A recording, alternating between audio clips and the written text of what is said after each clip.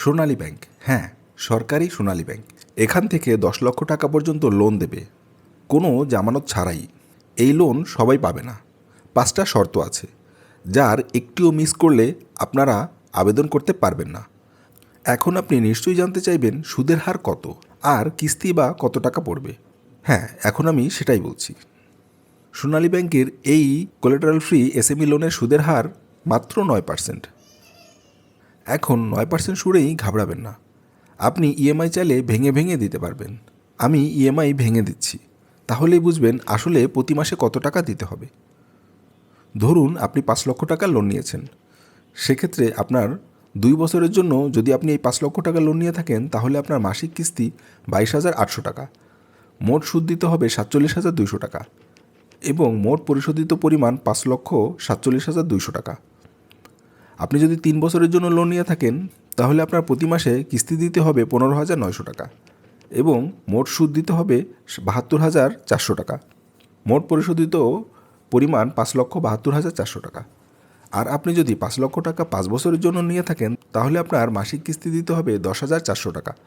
মোট সুদ দিবেন 1,24,000 টাকা এবং পরিশোধিত পরিমাণ হচ্ছে 6,24,000 টাকা। আর যদি আপনি 10 লক্ষ টাকা লোন পেয়ে থাকেন, তাহলে আপনার 2 বছরের জন্য মাসিক কিস্তি হবে 45,685 টাকা। 3 বছরের জন্য মাসিক কিস্তি হবে 31,800 টাকা। 5 বছরের জন্য মাসিক কিস্তি হবে 20,750 টাকা। অনেকেই ব্যাংকে গিয়ে হয়রানির শিকার হন। কেন? কারণ তারা প্রস্তুতি ছাড়াই যান। আমি এখন আপনাকে এমনভাবে প্রস্তুত করব, আপনি ব্যাংকে গেলে অফিসার নিজেই ইমপ্রেস হবেন। লোনের জন্য আপনার যে সকল ডকুমেন্টস অবশ্যই সাথে নিয়ে ব্যাংকে যেতে হবে, তা আমি এখন আপনাদেরকে বর্ণনা করছি। প্রথমেই যে ডকুমেন্টসটি নেবেন তা হলো জাতীয় পরিচয়পত্র, ট্রেড লাইসেন্স চলমান অথবা নবায়নকৃত, ব্যাংক স্টেটমেন্ট গত 6 মাস থেকে 1 বছরের মধ্যে, পাসপোর্ট সাইজের ছবি 2 কপি, বড় লোনের ক্ষেত্রে টিন সার্টিফিকেট, ব্যবসায়িক ঠিকানার প্রমাণপত্র, ব্যবসায়িক আয় ব্যয়ের হিসাব। এই সকল ডকুমেন্টস আপনার কাছে যদি অ্যাভেলেবেল থাকে, তাহলেই আপনি নিকটস্থ সোনালী ব্যাংকের শাখায় যান। আপনার ব্যবসা যে এলাকায়, সেই এলাকায় সোনালী ব্যাংকের শাখায় যান।